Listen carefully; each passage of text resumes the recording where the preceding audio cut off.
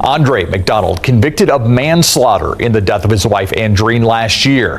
He was sentenced to 20 years in prison.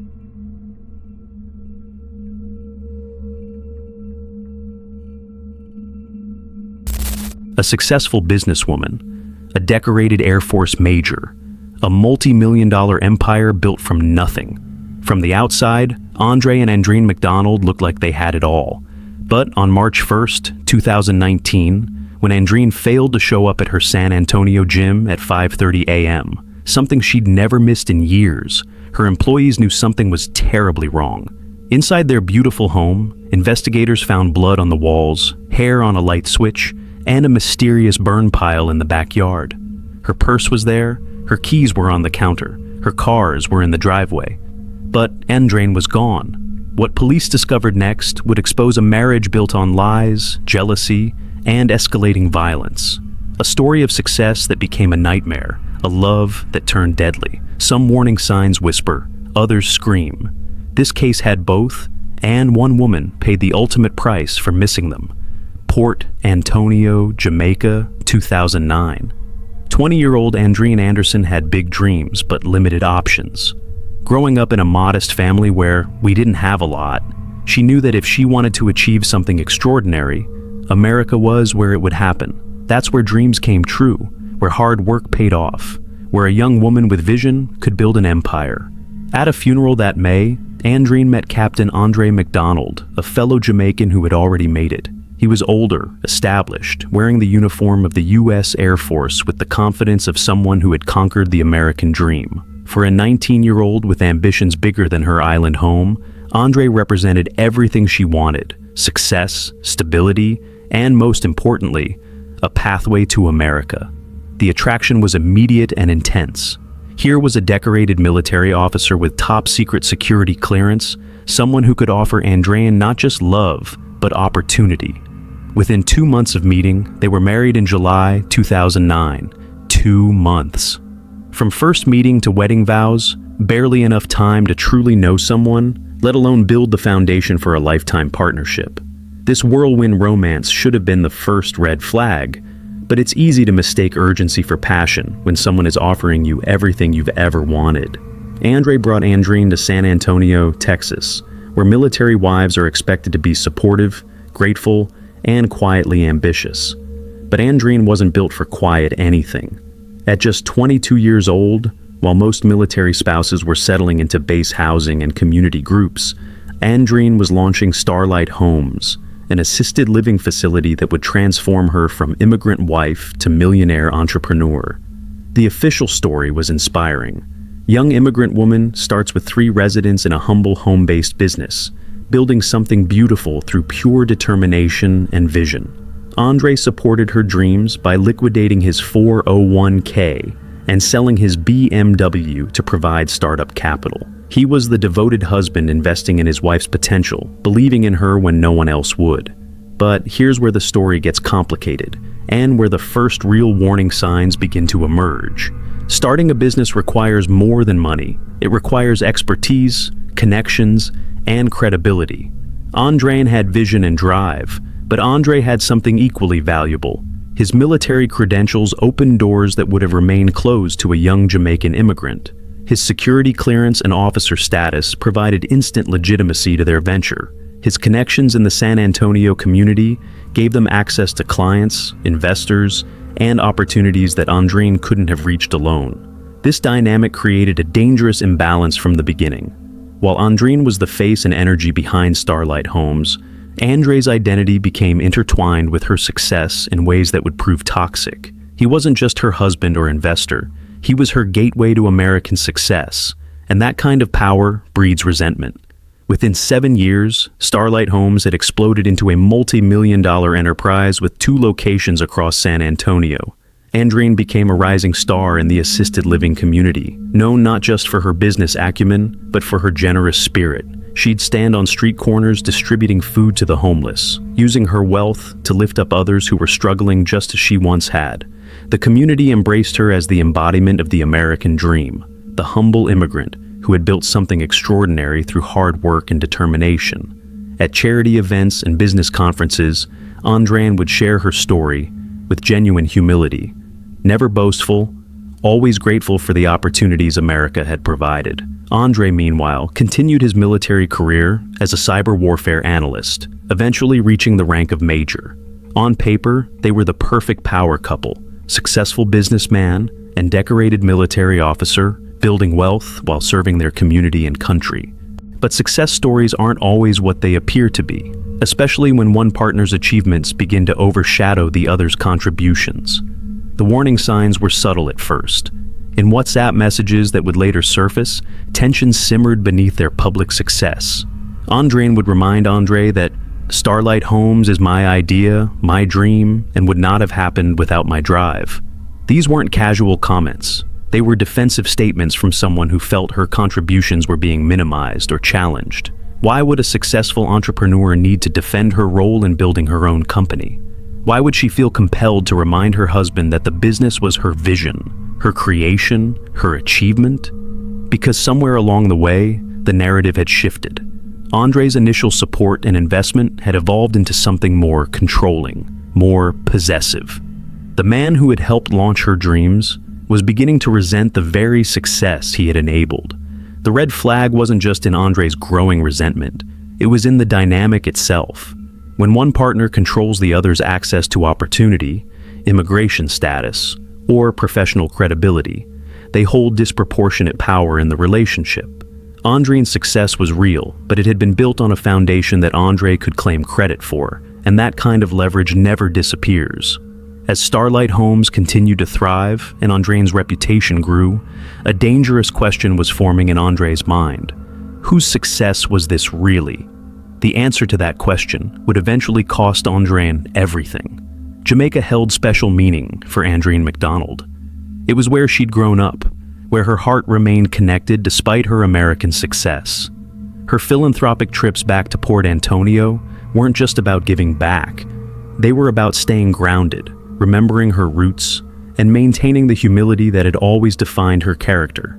But in 2017, during one of these charitable visits, Andreen encountered someone who would change the trajectory of her marriage forever, Aubin Hall.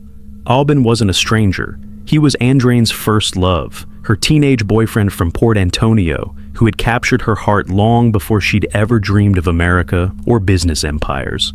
According to her best friend Mandy, Aubin has always been that first love. It wasn't something Andreen got over emotionally. First loves carry a particular power. They represent a time before life became complicated, before responsibilities and expectations weighed down relationships. For Andreen, dealing with Andree's growing resentment and control issues at home, seeing Aubin again must have felt like breathing freely after years of suffocation. The affair that began during her philanthropic work represents a complex red flag that reveals how marital problems create vulnerabilities that can be exploited or explored. Andreen wasn't randomly seeking out infidelity. She was reconnecting with someone who represented a time when she felt valued, desired, and independent. Their secret relationship continued for months after that 2017 trip. While Andree grew increasingly possessive about her business success, Aubin reminded Andreen of who she was beyond Starlight Homes, beyond her role as a military wife, beyond the constant battles over credit and control. The affair might have remained a secret indefinitely if not for Andreen's impulsive decision in 2018. During another trip to Jamaica, overwhelming emotion led her to get 2 tattoos that would expose everything. The initial A tattooed on her hand, and the numbers 14376 tattooed on her wrist. These weren't random markings. The A obviously stood for Aubin, not Andree. The numbers represented Aubin's birthday, day, month, and year. Andreen had literally branded herself with another man's identity, marking her body with symbols of a love that existed outside her marriage. The decision to get these tattoos reveals how deeply the affair had affected her. This wasn't casual infidelity or a momentary lapse in judgment. Andreen was emotionally invested enough to permanently mark her body, despite knowing the enormous risk it represented to her marriage, her business, and her life in America. When she returned home with fresh tattoos, Andree's suspicions were immediately aroused. According to friend Mandy, Andy was definitely suspicious of what it meant. the timing, the mysterious symbols, the secretive behavior around the Jamaica trips. Andre's military-trained analytical mind began connecting dots. This is where Andre's controlling nature transformed into something far more dangerous: obsessive investigation. Rather than confronting Andreen directly or demanding honesty, Andre went into full surveillance mode. He began monitoring her social media activity, tracking her communications, and conducting what he called his own digging. The red flag here isn't just the affair itself. It's how both partners chose to handle their marital problems. Andreen sought emotional connection outside her marriage rather than addressing the fundamental issues with Andre's resentment and control. Andre responded to his suspicions with covert investigation rather than honest communication. Social media became Andre's primary tool for uncovering the truth. In our digital age, affairs leave electronic footprints that determine spouses can follow. Andre discovered photos of Oban on various platforms, and what he found confirmed his worst fears. Oban had the exact same tattoos as Andreen. The A and the birthday numbers 14,376 were matching symbols of their rekindled love. The discovery devastated Andre, but not necessarily for the reasons you might expect. This wasn't just about sexual betrayal or broken marriage vows. This was about Andreen choosing someone else over him in the most fundamental way, by literally marking her body with another man's identity. For a man already struggling with emasculation over her business success, the tattoos represented the ultimate rejection. Andreen had chosen to permanently commemorate her love for Oban, while treating her marriage to Andre as something temporary and disposable. Andre's rage was immediate and intense. According to Mandy, he threatened divorce unless Andreen cut off contact with Oban, covered up her tattoos, and promised to never travel to Jamaica without him. This ultimatum reveals how quickly marital control can escalate into isolation tactics. Andre wasn't just demanding fidelity. He was demanding that Andreen sever her connection to her homeland, her philanthropic work, and her independence. By forbidding solo trips to Jamaica, he was essentially cutting her off from the place where she felt most like herself. The tattoo cover-up demand was particularly psychologically damaging. Andre wanted visible proof that Andreen was erasing Oban from her life, that she was choosing their marriage over her feelings for another man. But covering tattoos doesn't eliminate the emotions that inspired them. It just forces those feelings underground where they can fester and grow.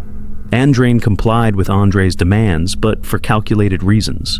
As Mandy explained, she didn't want to lose half of everything she worked hard for. The threat of divorce wasn't just about ending their marriage. It was about potentially losing Starlight Homes, the business empire she had built from nothing. This reveals another layer of control in their relationship. Andre had positioned himself so that leaving him would cost Andreen everything she had achieved: her immigration status, her business legitimacy, her financial security. All of it was connected to their marriage in ways that made escape extremely difficult. The covered tattoos and promises of compliance might have satisfied Andre temporarily, but they didn't address the fundamental problems that had driven Andreen to seek love elsewhere. His resentment over her success continued. His need to control her independence persisted, and now, added to those existing tensions, was the knowledge that his wife had chosen another man over him. By Andre's 40th birthday party, just months after the tattoo discovery, Mandy observed that, by all outward appearances, the McDonalds seemed to be getting along.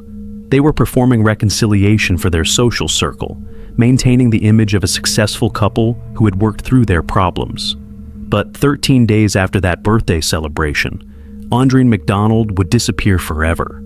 The affair had changed everything, but not in the way either of them expected. Instead of resolving their marital problems or ending their relationship cleanly, it had created a powder keg of rage, control, and desperation that was about to explode. Christmas 2018. The McDonald home was decorated for their annual holiday party, the kind of elegant gathering that reflected their status as one of San Antonio's most successful couples.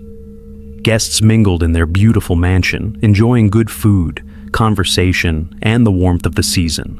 From the outside, It looked like the perfect evening hosted by the perfect family. But in the kitchen, away from the main gathering, something disturbing was unfolding. Andrew Russell, Andre and Andreen's close friend, had wandered into the kitchen when he witnessed something that would haunt him for months. Andy and Andreen were grappling on the floor, not arguing, not having a heated discussion. Physically grappling, wrestling, struggling, using their bodies as weapons against each other in a way that crossed every line of acceptable behavior between spouses. Russell stood frozen, watching two people he cared about engaged in physical combat in their own home while guests celebrated just rooms away. The violence was raw, immediate, and completely at odds with the image they projected to the world. Here's what makes this incident so significant. It happened during a party, with friends nearby, in their own home. This wasn't a private moment that escalated unexpectedly. This was violence that occurred even when they knew people could discover them. That level of recklessness suggests their conflicts had reached a point where they couldn't control themselves, even in social situations. The morning after the Christmas party revealed another disturbing pattern. According to Russell, they were laughing about it. The physical altercation that had shocked him was treated by Andre and Andreen as something normal, even amusing. They had normalized violence to the point where wrestling on the kitchen floor during a party became a funny story to share the next day. This normalization is one of the most dangerous red flags in domestic violence situations. When couples begin treating physical altercations as acceptable or even expected parts of their relationship, they've crossed into territory where violence becomes routine rather than shocking. Russell's reaction was telling. "I did feel uncomfortable after that. I thought the situation had become toxic." He recognized that what he'd witnessed wasn't normal marital conflict. It was something fundamentally wrong. But like many friends and family members who witnessed domestic violence, he struggled with what to do about it. This creates a crucial teachable moment about bystander responsibility. When friends witness physical violence between couples, they often face a dilemma: intervene and risk damaging relationships, or stay silent and potentially enable escalating abuse. Russell chose to remain concerned but passive, a decision that reflects how difficult it is to navigate these situations. The red flag analysis here goes beyond the violence itself to how social circles respond to warning signs. Russell saw the grappling, felt uncomfortable, recognized toxicity, but didn't take action. This isn't necessarily criticism of his choices, but rather recognition of how domestic violence often continues because witnesses don't know how to respond effectively. What makes physical altercations particularly dangerous is their tendency to escalate over time. Couples who grapple on the floor during arguments are testing boundaries, normalizing physical contact as a conflict resolution method, and building toward more serious violence. Each incident that doesn't result in consequences becomes permission for the next, more severe encounter. The Christmas party incident also reveals how domestic violence hides in plain sight. Andre and Andreen weren't isolated individuals whose problems festered in secret. They had active social lives, hosted parties, maintained friendships, and appeared successful to their community. Yet violence was occurring even within that social context. This challenges common misconceptions about domestic violence victims and perpetrators. They don't always fit stereotypes of isolated, obviously troubled individuals. Sometimes they're your successful neighbors, your accomplished colleagues, your generous friends who seem to have everything together. In the months following the Christmas party, the text messages between Andre and Andreen became increasingly ominous. According to Andrew Russell, "I have text messages from Andreen that's saying someone is going to snap." That phrase, "someone is going to snap," wasn't casual frustration or hyperbolic venting. It was a prediction, a warning, a recognition that their relationship had reached a breaking point, where violence was not just possible, but probable. Andreen's text message reveals she understood the danger she was in. She could see the trajectory of their relationship, the escalating tension, the increasing volatility. She knew that their conflicts were building towards something catastrophic. The question is, why didn't she leave? February 28, 2019 started as a routine evening. Andre and Andreen MCdonald sat in their tax preparer's office, going through the mundane annual ritual of organizing their finances. For most couples, tax season is about gathering documents and calculating refunds. For the McDonalds, it would become the moment when years of hidden resentment exploded into deadly rage. As their tax preparer reviewed their business documents, Andre made a discovery that shattered what remained of his trust in his wife. Buried in the paperwork was evidence of a business Andreen had started a year earlier, a business he knew nothing about. The secret wasn't just that Andreen had launched another venture, it was what that venture represented, her complete independence from him. She had identified a market opportunity, developed a business plan, secured clients, and generated revenue without his knowledge, input, or financial backing. She had proven, definitively, that her success had never depended on him. For Andre, this discovery felt like the ultimate betrayal. He had convinced himself that Andreen's achievements were really his achievements, that Starlight Homes existed because of his contributions and connections. The secret business demolished that narrative entirely. Here was irrefutable proof that Andreen didn't need him. Not his money, not his credentials, not his legitimacy. According to Andre's own testimony, his immediate reaction was devastation. All that meant to me pretty much was that she was robbing me. The word robbing reveals how completely he had twisted reality. In his mind, Andreen's independent success wasn't entrepreneurship. It was theft. She was stealing credit, stealing recognition, stealing the narrative of their shared achievement. The tax office discovery triggered what psychologists call narcissistic rage, the explosive anger that occurs when someone's carefully constructed self-image is challenged by undeniable evidence. Andre had built his identity around being Andreen's enabler and partner. Learning about her secret business forced him to confront the truth. She had surpassed him completely. The ride home from the tax preparer was tense and silent. Both of them knew they were heading toward a confrontation that would define their marriage's future. Andre was processing feelings of humiliation, betrayal, and loss of control. Andreen was probably preparing for the argument she knew was coming, the moment when she would have to defend her right to independent success. Back at their beautiful mansion, the argument erupted immediately. Andre's accusations flew. She was deceptive, ungrateful, stealing from him.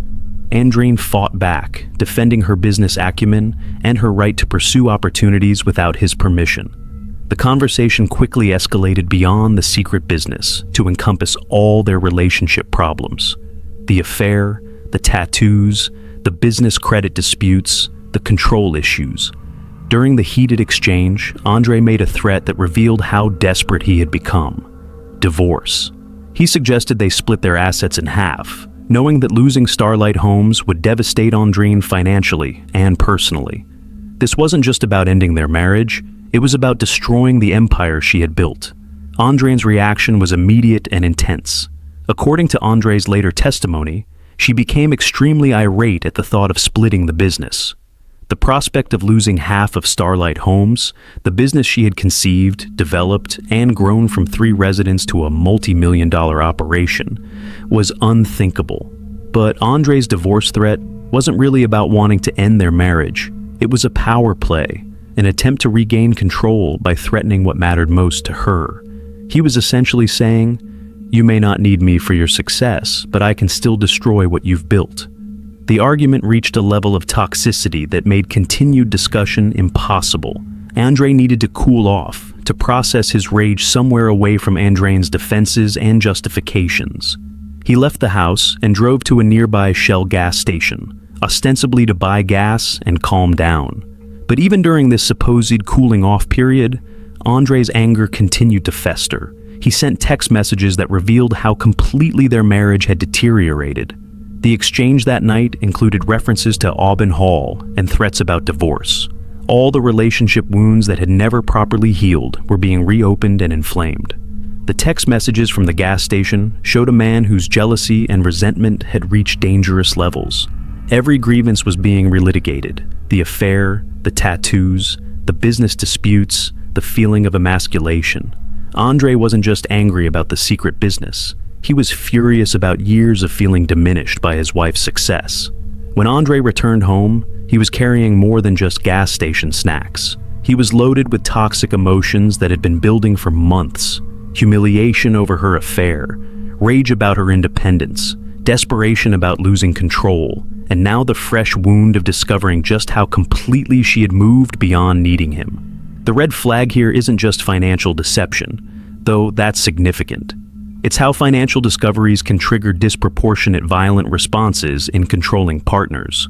Andre's reaction to learning about Andreen's business wasn't disappointment or hurt feelings. It was existential crisis. His entire sense of self was threatened by her independent success. That night, Andre and Andreen went to separate bedrooms, a physical distance that reflected the emotional chasm between them. They were both processing the evening's revelations, both probably wondering if their marriage could survive this latest crisis. But one of them was already planning to ensure it wouldn't have to. March 1st, 2019. While Andreen's employees frantically called her phone and checked with the gym, wondering where their punctual boss could be, Andreen MCdonald was already executing a plan that revealed the true nature of what had happened the night before. This wasn't a grieving husband desperately searching for his missing wife. This was a man methodically covering up murder. At Lowe's hardware store, surveillance cameras captured Andre moving through the aisles with chilling purpose. He filled his cart with items that told a horrifying story: shovels, axes, a hatchet, gas cans, trash bags, and gloves. These weren't random purchases by someone hoping to find his wife alive. These were the tools of body disposal. The shopping list reads like a manual for concealing homicide: shovels for digging, axes and hatchets for dismemberment, gas cans for burning evidence, trash bags for containing remains, gloves for avoiding fingerprints. Andre wasn't preparing to search for Andreen. He was preparing to erase her. What makes this shopping spree particularly damning is its timing. Andreen had been missing for less than 24 hours. Most concerned spouses would still be calling hospitals, checking with friends, or coordinating search efforts. Andre was buying burial equipment. The methodical nature of his purchases reveals something crucial about the previous night's events. This wasn't a crime of passion that spiraled out of control. When someone kills in the heat of the moment, they don't immediately know what tools they'll need for disposal. Andre's shopping list suggests he had already decided how to handle Andreen's body before she was even reported missing. Back at the house, investigators would later discover evidence of Andre's other preparation activities. In the backyard, normally pristine and beautifully landscaped, there was now a random burn pile. This wasn't seasonal yard waste or routine maintenance. This was fresh burning designed to destroy evidence. Inside that burn pile, investigators found a zipper from one of Andreen's blouses. The symbolism is haunting. All that remained of Andreen's clothing was a small metal fastener that had survived the flames intended to erase every trace of her existence. The burn pile represents another calculated decision. Andre wasn't just disposing of evidence. He was destroying Andreen's personal belongings, items that carried her scent, her DNA, her identity. Burning her clothes was an attempt to literally incinerate her presence from their shared life. Meanwhile, Andre was also managing the narrative for concerned family and friends. When Andreen's mother-in-law Jackie called repeatedly, desperate for news about her daughter-in-law, Andre crafted elaborate lies about ongoing search efforts and potential leads. His most audacious deception came when he rushed to a local hospital, claiming to follow a hunch that Andreen might have gone there for migraine treatment. Surveillance footage captured him entering the hospital and asking about a patient named McDonald. When told there was indeed a McDonald in room 3, Andre played the part of a relieved husband who had found his missing wife. But the McDonald in room 3 wasn't Andreen. Andre knew this before he even arrived at the hospital. The entire hospital visit was performance art, designed to create witnesses who would later testify about his apparent concern, an effort to locate his wife. This level of deception requires remarkable psychological compartmentalization. Andre was simultaneously grieving husband and calculating killer, concerned family member, and evidence destroyer. He was playing multiple roles with different audiences while orchestrating an elaborate cover-up. The red flags and premeditated disposal reveal the difference between impulsive violence and calculated murder. Crimes of passion typically result in panicked, sloppy attempts to hide evidence. Methodical cover-ups suggest planning, forethought, and psychological preparation for both the murder and its aftermath. Andre's behavior also demonstrates how domestic killers often exploit their intimate knowledge of the victim's routines and relationships. He knew Andreen's gym schedule would make her absence immediately noticeable. He knew which family members would call first. He knew what explanations would seem plausible to people who cared about her. But even the most careful cover-up leaves traces, and Andre's methodical approach would ultimately become evidence against him. Every purchase was recorded on surveillance footage. Every burned item left residue. Every lie created inconsistencies that investigators could unravel. The receipt from Lowe's, torn up and thrown in the garbage, became crucial evidence. Andre had tried to destroy proof of his purchases, but investigators were able to piece together the torn fragments like a puzzle that spelled out his guilt. In his car, deputies found the shopping results: shovels, axes, gas cans, gloves, everything he'd purchased to handle what remained of his wife. These weren't tools for searching or rescue. They were implements for concealment and disposal. Most damning of all was what investigators discovered in the garage: a hammer stained with blood. Not just any blood, DNA testing would confirm it was Andreen's blood. The weapon that had ended her life, carelessly stored among other household tools, as if murder was just another home improvement project. The hammer represents the intersection of domestic violence and calculated disposal. This wasn't a weapon Andre had purchased specifically for killing. It was a household tool that became deadly in the hands of someone who had reached the breaking point of rage and control. Andre's cover-up efforts reveal a man who believed he could outsmart investigators, manipulate witnesses, and control the narrative of his wife's disappearance, just as he had controlled every other aspect of their relationship. He thought his military training, his intelligence, and his methodical approach would allow him to commit the perfect crime. But blood doesn't lie, DNA doesn't forget, and surveillance cameras don't have emotions that can be manipulated. The evidence Andre thought he had destroyed or hidden would soon tell the real story of what happened in their beautiful home on the night of February 28th. Every careful preparation, every calculated lie, every methodical disposal effort would ultimately become proof of his guilt. The perfect crime he had planned was about to become perfect evidence of murder. For 133 days, San Antonio rallied around what they believed was a tragedy: a beloved businesswoman who had mysteriously vanished, leaving behind a heartbroken husband and a confused young daughter. The community's response was immediate and overwhelming. Volunteer search parties, social media campaigns, and fundraising efforts to support the search for Andreen MCdonald. Former Air Force Airman Bobby Green organized volunteer search parties that covered hundreds of miles across Texas.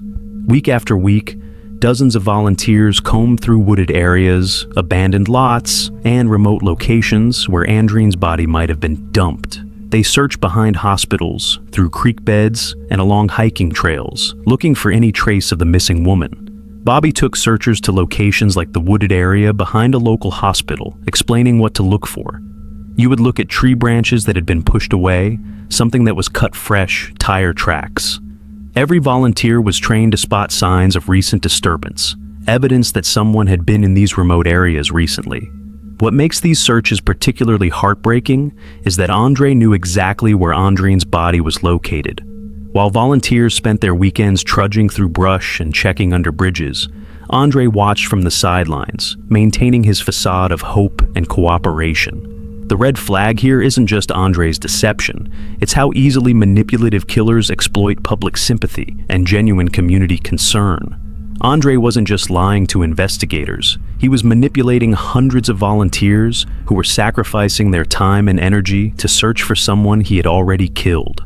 Andre's behavior during the search period was carefully calculated. He took over management of Starlight Homes, positioning himself as the struggling widow, trying to hold together his wife's business empire.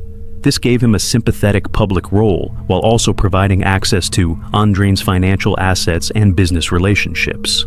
Meanwhile, Sheriff Javier Salazar made repeated public appeals for information about Andreen's whereabouts.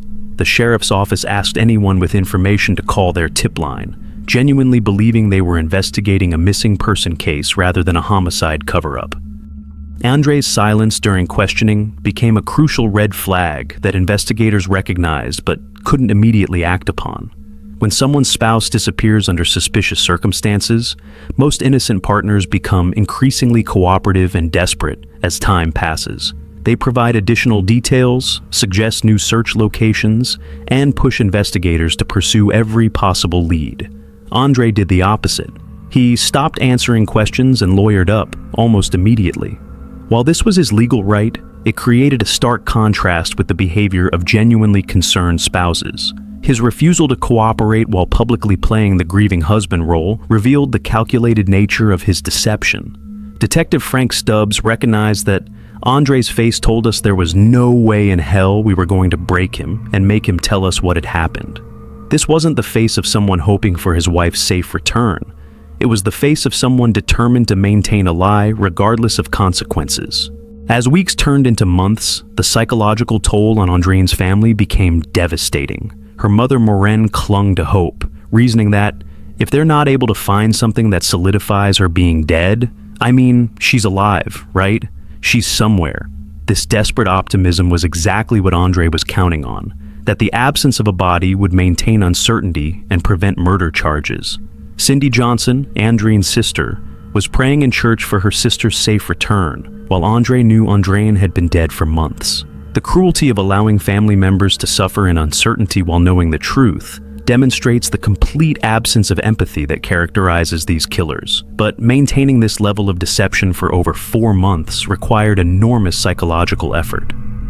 Andre had to remember which lies he'd told to which people, maintain consistent emotional responses in public, and suppress any behavior that might reveal his guilt. The strain of this performance was gradually wearing down his carefully constructed facade. On July 11th, 2019, 133 days after Andreen's disappearance, rancher Clifton Cundiff made a discovery that would shatter Andre's elaborate deception. While retrieving a cow skull with his tractor, Cundiff spotted what appeared to be a human skull in the same area. The location was just 6 miles from the McDonald home, close enough that Andre could have easily transported Andreen's body there during his shopping trip to Lowe's. The skeletal remains were scattered across a farmer's field, evidence that Andreen's body had been exposed to the elements and wildlife for months. When officials confirmed through dental records that the remains belonged to Andreen McDonald, the missing person case officially became a homicide investigation. The community that had spent months searching for a living woman now had to confront the reality that they had been looking for a murder victim all along. Andre's reaction to the discovery was telling. Rather than expressing relief that the uncertainty was over or demanding justice for his wife's killer, he continued to maintain his silence and rely on legal representation. This behavior reinforced investigators' suspicions that he already knew what they would find. The discovery of Andreen's remains marked the end of Andre's ability to maintain his innocent husband performance. With a body came evidence, with evidence came charges, and with charges came the pressure that would eventually crack his carefully maintained facade. Less than 48 hours after Andreen's remains were identified, Andreen McDonald was arrested and charged with murder. The grieving husband who had accepted the community's sympathy for over 4 months was finally exposed as the killer who had exploited their goodwill while hiding his crime. January 2023. After 4 years of silence, Andreen McDonald was finally going to trial for his wife's murder. He had maintained his innocence since his arrest, relying on his defense team to challenge the circumstantial evidence and create reasonable doubt about his involvement in Andreen's death. But just days before jury selection was set to begin, Andre made a decision that shocked everyone, including his own lawyers. He called his mother Jackie from jail, and the conversation would change everything. "Mom, I'm going to tell you the truth," Andre said, and then he started to cry. After 4 years of lies, cover-ups, and legal maneuvering, Andre was finally ready to admit what had happened on February 28, 2019. The call didn't stop with his mother. Andre then contacted Andreen's family, her mother, Maureen, and sister Cindy, putting the call on speakerphone so everyone could hear his confession simultaneously. According to his account, Andreen's death had been an accident during a physical altercation. His defense team was stunned. Attorney John Convery described the moment. "Was it shocking to you that he had done this?" "Shocking is a good word for it, yeah. The entire context of the case changed. Their client had just confessed to killing his wife after years of maintaining his innocence. But Andre's version of events would prove to be as self-serving as his previous lies. When the trial began, prosecutors Stephen Spear, Lauren Scott, and Ryan Groomer laid out their case methodically. They presented the hammer with Andreen's blood, the suspicious purchases from Lowe's, the burn pile in the backyard, and Andre's calculated behavior during the 133-day search. The prosecution faced significant challenges. Because Andreen's body had been exposed to elements for months, the medical examiner couldn't determine the exact cause of death. Dr. James Figueroa could only testify that she had suffered homicidal violence, including blunt force trauma, fractured spinal cord, broken ribs, and a split jaw. The defense strategy was clear: claim self-defense and accident. Andre's attorneys argued this wasn't murder, but rather a case about the degree and level of responsibility with evidence of accident, a mutual fight, all of which happens in the blink of an eye. After nearly 11 hours of deliberation, the jury was deadlocked. Andre's own testimony had convinced some jurors to accept a lesser charge. After the judge invoked an Allen charge urging reconsideration, the jury reached a verdict. Andreen McDonald was found not guilty of murder, but guilty of manslaughter. The reaction was mixed. Andreen's sister Cindy was devastated. Andreen received the maximum sentence for manslaughter, 20 years in prison, plus an additional 5 years for tampering with evidence. In civil court, the consequences were more severe. A San Antonio jury awarded Andreen's family $210 million in wrongful death damages, one of the largest personal injury verdicts in Bezar County history. We have some breaking news from the courthouse downtown. A jury has just awarded Andreen McDonald's mother and daughter $210 million in their wrongful death lawsuit against Andreen McDonald. The attorney for the family believes this is the largest personal injury result from a lawsuit in Bexar County history. Andreen McDonald, convicted of manslaughter in the death of his wife Andreen last year. He was sentenced to 20 years in prison. Andreen's mother, daughter, and her estate were initially seeking more than $1 million in damage. Again, they got $210 million. The message was clear. Even if criminal court couldn't deliver a murder conviction, Andreen would be held financially accountable for destroying Andreen's life and future. The custody battle for Elena was equally decisive.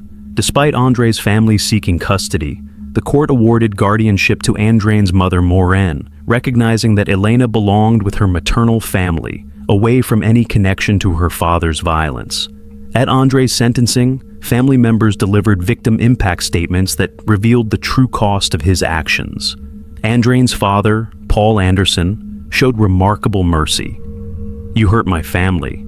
In spite of everything, I forgive you. I love you, that cannot change. A part of me is going to jail. I forgive you, and it's your duty to see God forgive you." But Elena's letter, read by a victim's advocate, captured the innocent rage of a child whose life had been shattered. To Andreen McDonald, "You killed my mother. You took away my life, and you broke my heart. You hurt my feelings. You will pay for what you did. You will be punished forever." Sheriff Salazar offered Andreen's father a symbolic gesture of justice, the handcuffs used to arrest Andreen. "I wanted them to feel some sort of connection to at least sending him away to prison," Salazar explained. Justice had been served, but imperfectly. 20 years for destroying Andreen's life, Elena's childhood, and a thriving business seemed inadequate punishment for such calculated violence. But the case had exposed warning signs that could save other lives, if people learned to recognize them before it was too late. Andreen's story forces us to confront an uncomfortable truth. Domestic violence often happens to successful, intelligent, accomplished people who seem to have everything together. It can hide behind beautiful homes, thriving businesses, and social respectability. The choice we face isn't whether we'll encounter domestic violence in our communities. We will. The choice is whether we'll recognize the warning signs and take action to protect people like Andreen before it's too late. Her life mattered, her dreams mattered, her business achievements mattered, and her death matters enough to teach us how to prevent similar tragedies from destroying other families. The best way to honor Andreen McDonald is to ensure that other women facing similar warning signs receive the help she never got before those signs turn deadly.